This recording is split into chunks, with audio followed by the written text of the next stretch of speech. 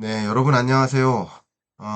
지난 6월 FOMC 회의 때 파월은 굉장히 강력하게 미국 경제를 우려하는 목소리를 냈습니다.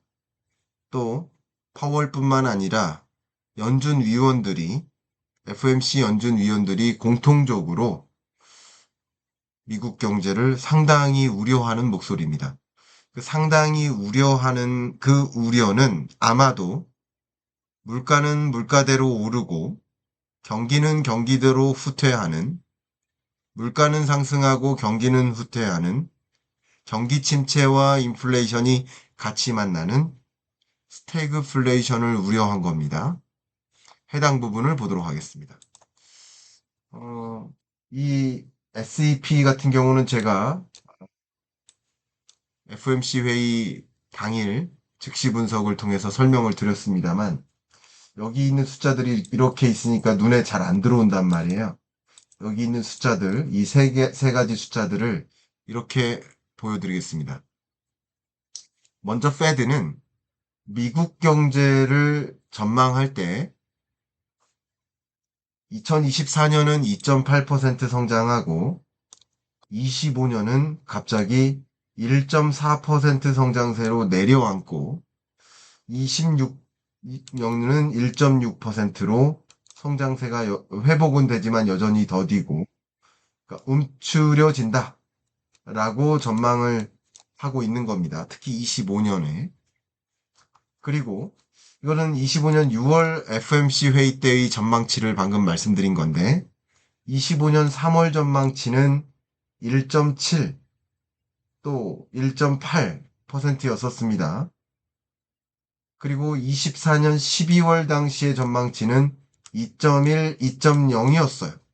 그러니까 미국 경제가 매우 견조하고 탄탄한 흐름을 유지할 것이다 라고 전망하다가 매우 탄탄하거나 견조한 흐름까지는 아니구나 라고 하다가 이제는 미국 경제가 이제 성장률이 라이트한 경기 침체, 마일드한 경기 침체이겠지만 하드한 경기 침체는 아닙니다. 하드 랜딩까지는 아니지만 이 정도면 마일드한 경기 침체에 부합하는 그런 전망치를 페드는 가지고 있는 겁니다.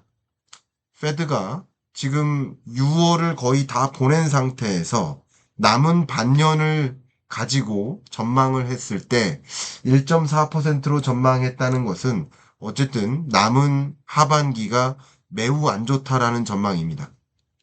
제가 이 부분을 조금 더 추가적으로 설명을 드리면 25년 들어서 1분기 성장률이 물론 선수입이 급증해서 마이너스 0.2%를 기록하긴 했지만 이 선수입을 제외해 놓고 성장률을 추산한다면 거의 3% 수준이라고 말씀을 드렸습니다. 그리고 지금 상황에서 아틀란타 페드의 GDP 나우 테스트, 나우 포캐스트 전망치를 보면 3.2% 정도 됩니다. 그리고 2분기 성장률을 GDP 나우 캐스트 말고 뉴욕 페드의 포캐스트를 본다면 대략 한 2.67% 됩니다. 그러면 1, 2분기까지는 여전히 23년, 4년에 이어서 견조한 성장세를 유지한 겁니다. 이 상반기까지는 말이죠. 그렇게 먼저 가정하겠습니다. 그런데 하반기 들어서 뭐가 어떻게 됐길래 연간 성장률이 1.4%가 될까? 그 얘기는 하반기는 상당히 어려워질 수 있을 것이다 라고 파월은 경고하는 겁니다. 그러니까 4분기 동안의 평년 성장률이 1.4%라고 했을 때 1분기, 2분기 이 상반기는 견조하거든요. 그러니까 견조한데 평년 성장률이 1.4라고 한다면 하반기는 굉장히 어려울 것이다라고 전망한 것이죠.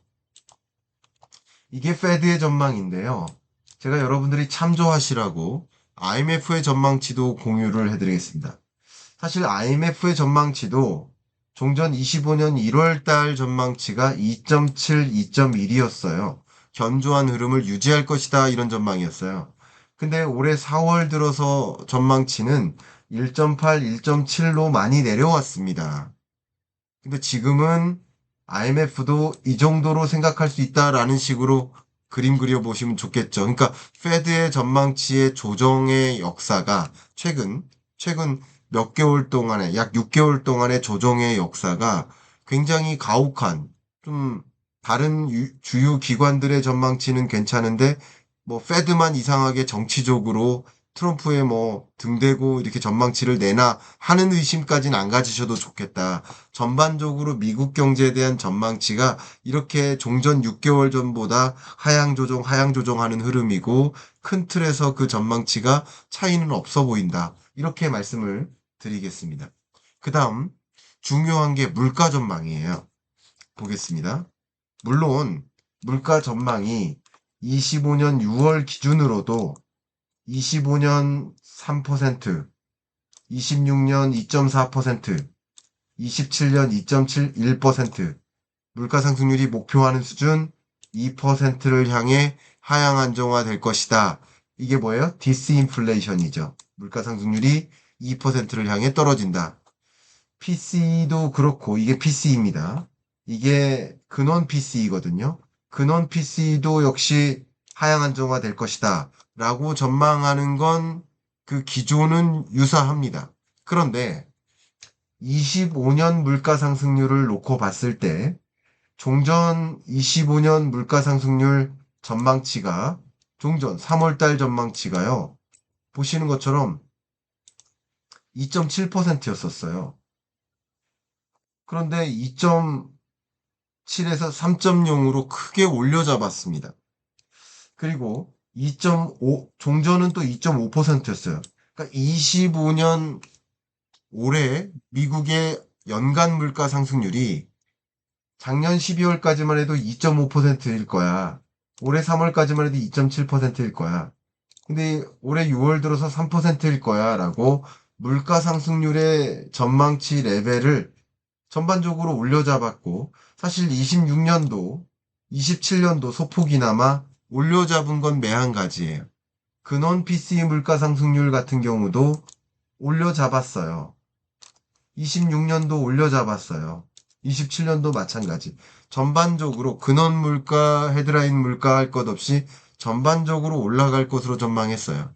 근데 아까 제가 분기별 경제 성장률을 가지고 올해 경제에 대한 제 판단을 해드렸었는데, 비슷하게 지금 미국의 물가 상승률 추이를 놓고 말씀드리겠습니다. 25년 들어서 미국 물가 상승률이 다 3%가 안 돼요. 2.6, 2.5 이렇게 돼요. 근원 PC가. 그리고 헤드라인 PC도 2.5, 2.3, 2.1이에요. 자, 그러면 이런 식으로 간다면 설명드리겠습니다. 상반기 물가 상승률의 평균치가 예를 들어 2.3%인데 그런데 연간 물가 상승률의 평균치가 3%라고 한다면 이 하반기에 발표되는 미국 PC 물가 상승률은 그냥 3% 수준의 정점을 찍는다는 것이 아니라 3%를 웃도는 구간이 상당 부분 있다라는 얘기예요. 이해가시죠? 극단적으로 지금 6월 달이니까 5월까지의 물가 상승률은 1, 2, 3, 4, 5월 달 동안의 물가 상승률은 지금 2.5% 언더에 있었단 말이에요. 근원 PC 말고 PC만 본다면. 그러면 2.5 언더였으니까 2.3 정도라고 해볼게요. 그리고 마지막 물가 상승률은 2.1%니까요. 이렇게 가정했을 때 연간 PC 물가 상승률이 3%라고 한다면 그러면 이 하반기 그러니까 7월 달에 발표될 6월 물가부터 시작해서 나머지 물가 상승률은 3%를 넘어서야만 가능한 거예요. 그죠? 그러니까 다음부터 전개될 물가 상승률은 좀 상당할 것이다라고 우려하고 있는 겁니다. 답변이 되셨습니까? 이것을 FMC 회의 때 제 파월의 기자회견에서의 기자회견 내용을 제가 요약했다가 그 요약했던 것을 또 한 번 반으로 요약한 거거든요. 이 부분을 제가 한번 읽어드리면서 말씀드리겠습니다. 이 굉장히 중요한 표현이 여기 있어요. 관세가 1번 관세가 수요를 악화시킬 수 있지 않느냐. 인플레이션을 완화할 수도 있다. 예를 들면 제조업체, 수출업체, 수입업체, 소비자 이 4대 경제 주체가 모두 관세를 지불하지 않기 위해 노력할 것이다. 자, 보겠습니다. 이게 무슨 말이냐. 예를 들면 우리나라가 농산물에 대해서 관세를 부과해요. 그 농산물에 관세를 부과하는 품목이 있고 관세를 안 부과하는 품목이 있어요. 그리고 높은 관세를 부과하는 품목이 있어요. 그러면 그 농산물에 관세를 부과하는 것이 농산물 가격을 끌어올리기 위함이에요? 아니에요. 관세의 정의는 제가 말씀드렸듯이 보호무역 조치예요. 다른 나라 제품으로부터 우리 산업을 보호하자, 다른 나라 제품을 수입하지 않도록 만들고 우리나라 제품만 소비하게 만들자. 그게 관세의 정의예요. 관세의 원리입니다. 그러니까 쌀에 대해서 513%의 관세를 부과하고 있다고 제가 여러 차례 말씀드렸는데 그렇다고 쌀 가격이 올라가냐고 제가 질문드리잖아요. 아니라고요. 우리나라 쌀만 구매하게 만들겠다는 거예요. 우리나라 쌀 산업을 보호하기 위해서 극단적인 관세 조치를 도입하는 거예요. 그러니까 관세 조치가 있을 때 그게 무조건 인플레를 이야기하는 게 아니다라고 제 설명을 드렸었죠. 근데 여기서의 이야기는 관세가 올라가면 어떤 품목은 아예 그 해당 품목의 소비를 안 하겠죠. 관세가 올라가도 인플레이션을 발생하지 않는다. 이 얘기를 하는 거예요. 첫 번째 줄이. 이 첫 번째 줄이 말이죠. 그럴 수도 있다. 이게 굉장히 논리적인 거예요. 근데 이 얘기를 왜 지금 해서 하냐? 집착해야지. 저는 정말 작년부터 했잖아요. 관세 도입돼도 물가 안 오를 수도 있다. 그 말씀을 드렸죠. 근데 이거 말고 또 뭐가 있냐면 수입업체가 있잖아요. 그러니까 관세는 누가 내야 돼요? 미국의 수입업체가 내는 거예요. 그럼 미국의 수입업체가 관세를 부과합니다. 그러면 미국 수입업체가 그 물건 수입하고 싶을까요? 안 하죠. 그러니까 그것도 역시 수요 악화예요. 수입 안 하고 싶은 거예요. 그러니까 미리 관세 없을 때 선수입하고 1분기 때 선수입하고 2분기 때는 수입 안 해요. 수입 안 하는데 무슨 관세로 인해서 물가가 오른단 말이에요. 그죠? 또 수입업체가 그러니까 어떤 품목들은 수입 안 해도 되는 품목들이 있는 거예요. 근데 어떤 품목은 수입을 해야만 해요. 미국 경제 운용을 위해서.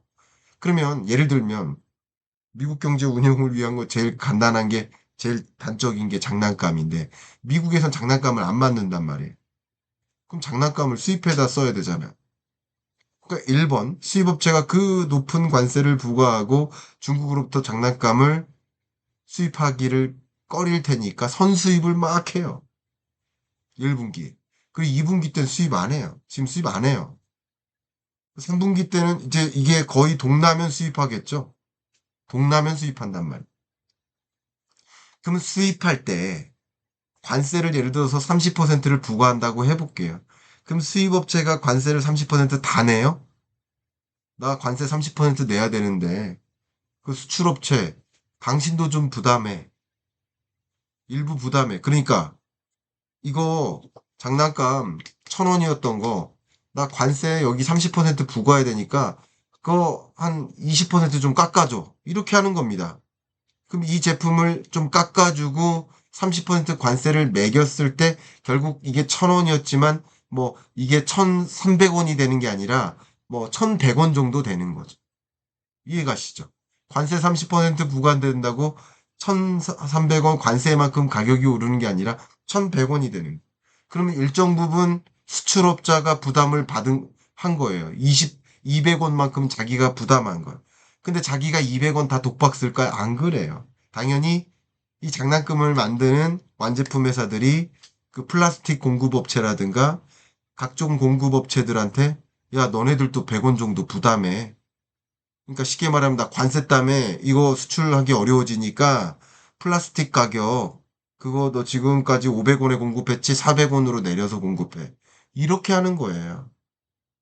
그러니까 결과적으로는 그리고 또 수입업체로 넘어가 다시 수입업체가 그러면 1,100원으로 수급받았어요. 그러면 이 1,100원으로 정말 판매할까? 1,050원으로 판매하는 거죠. 1,100원까지는 아니고 수입업체도 부담을 좀 가져가는. 그리고 50원만큼은 소비자도 전가받는 거예요. 그러니까 소비자들이 다 전가받는 게 아니라 이렇게 이 밸류 체인 상에서 조금씩 분산된다. 그러니까 관세를 서로 지불하지 않기 위해서 노력한다. 이게 관세로 인해 수요가 악화되거나 관세가 부과돼도 인플레이션이 발생하지 않을 수 있다. 라는 말씀을 드린 거예요. 더 중요한 거 말씀드리겠습니다. 파월은 얘기 안 한 거, 더 중요한 거, 제가 얘기하는 거.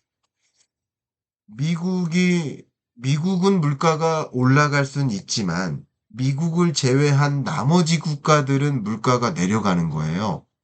왜냐면 국제유가 떨어지잖아요. 철강 가격 싸져요. 알루미늄 가격 싸져요. 구리 가격이 그렇게 쌀 수밖에 없어요. 이해가시죠? 왜요?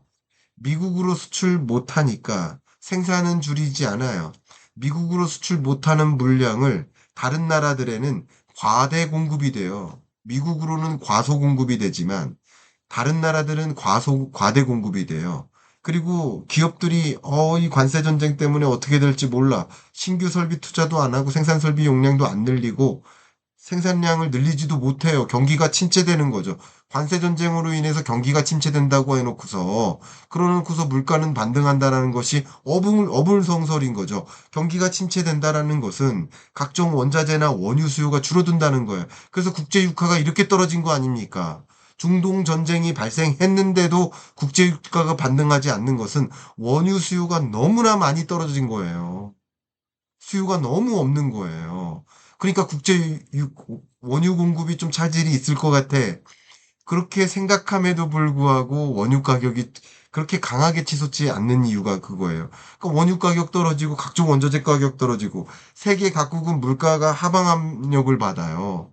그러면 결과적으로 미국에서는 그 다른 나라 원유 가격 떨어지고 원자재 가격 떨어지고 뭐 하는 것들을 보면서 적극적으로 비싸진 물건 소비를 할까요?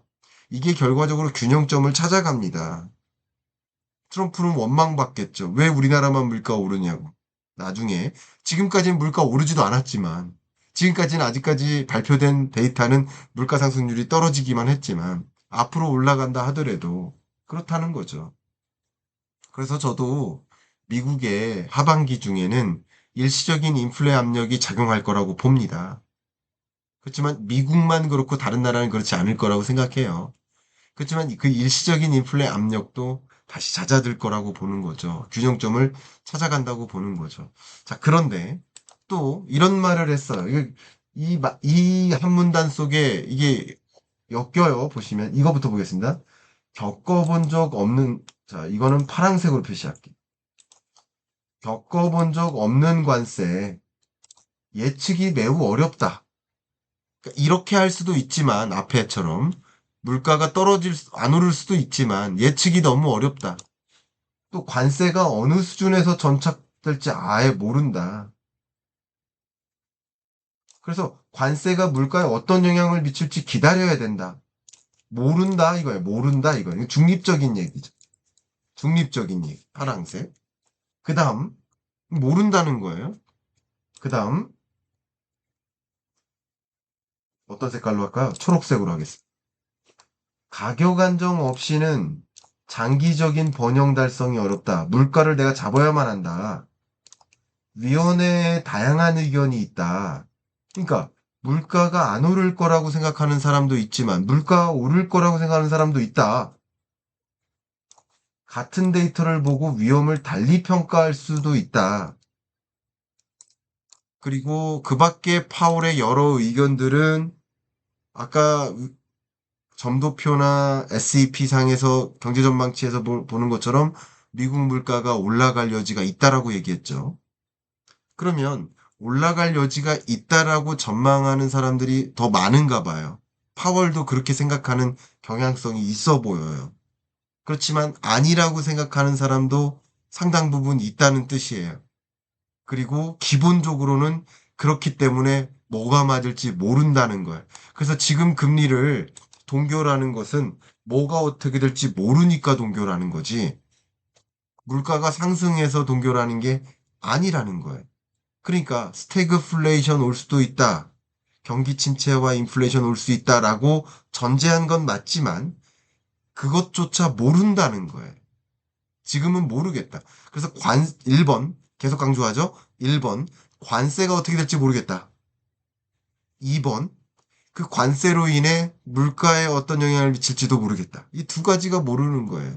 그 모르는 불확실성을 놓고 금리 인하를 또 할 수 있겠는가? 아닌 것이다. 라고 말씀드리는 거죠. 자, 그럼 말씀드리겠습니다.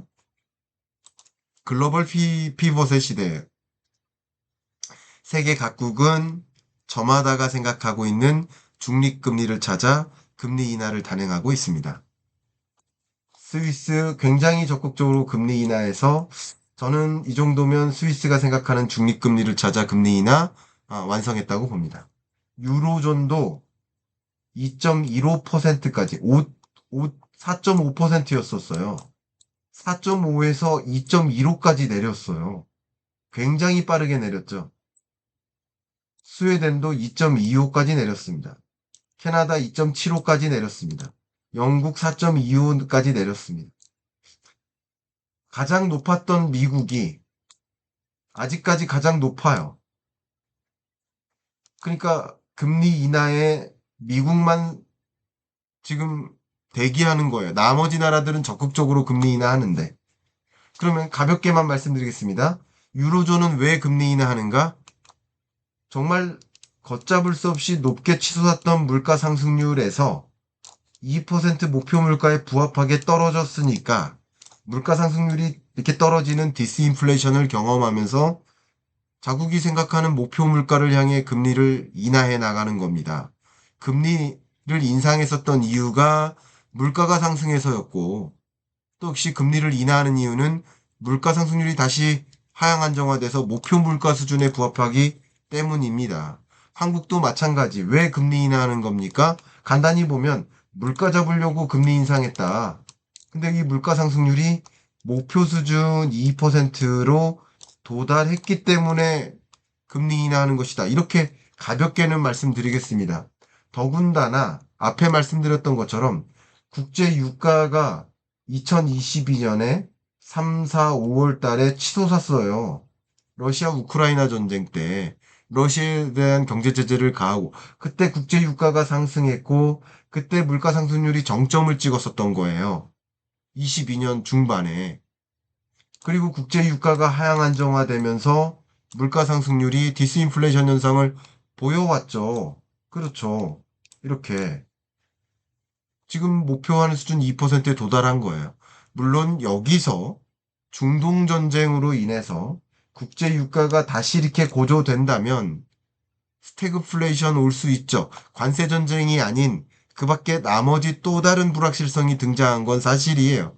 중동 전쟁이 격화되거나 또 중동 전쟁이 뭐 미국의 참전과 반군의 반란과 이렇게 이어진다면 원유 수급에 차질이 있고 그러면 당연히 국제 유가는 급등할 수 있습니다. 그러면 2차 인플레이션이 올 수 있어요.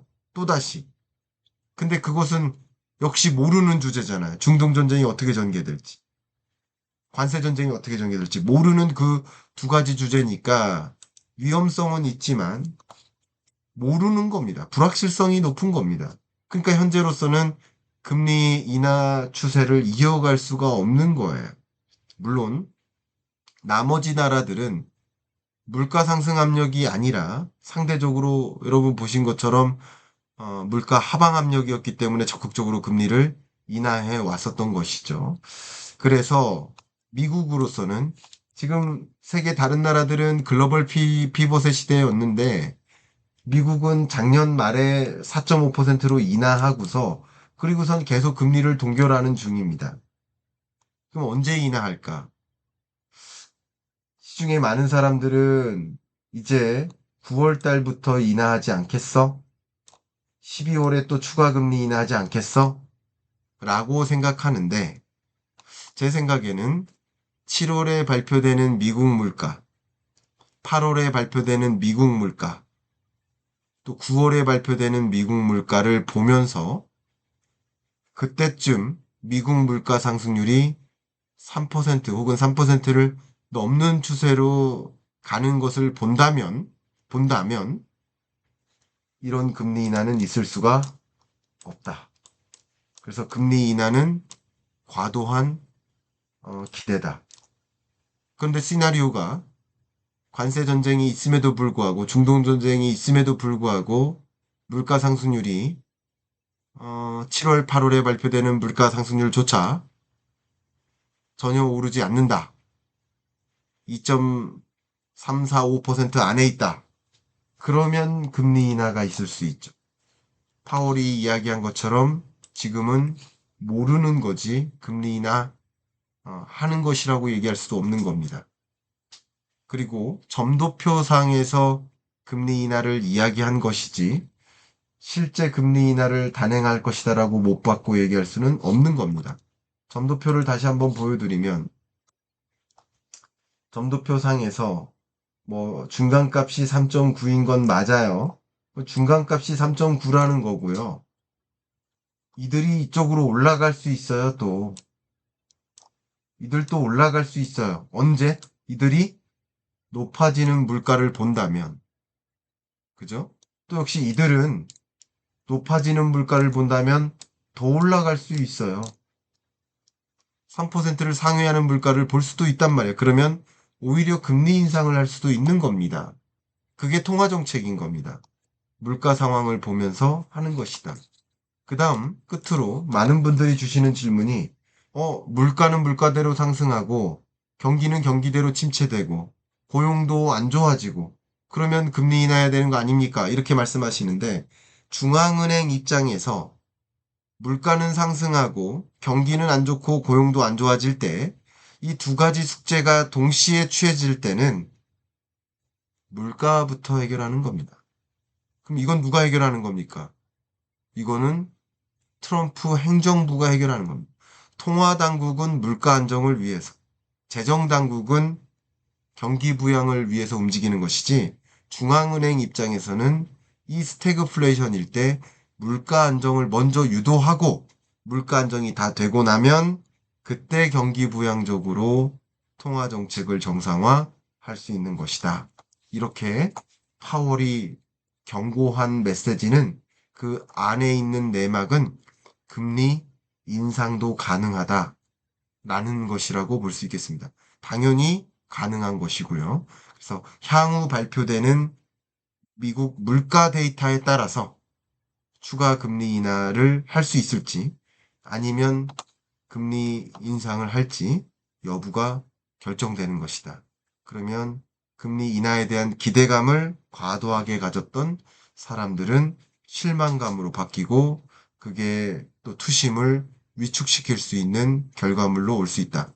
9월에 금리 인하할 거라고 단단히 믿고 있는데 9월 금리 인하가 없다라고 한다면 당연히 실망감으로 바뀌면서 주식시장에서 이탈하는 일이 있을 수 있겠죠. 그런 것들도 참조해 주시길 바랍니다. 끝으로 여러분께 공지 말씀드리겠습니다. 제가 오피셜 클럽을 런칭했고 매일 여러 뉴스를 가지고 소통을 하고 있죠.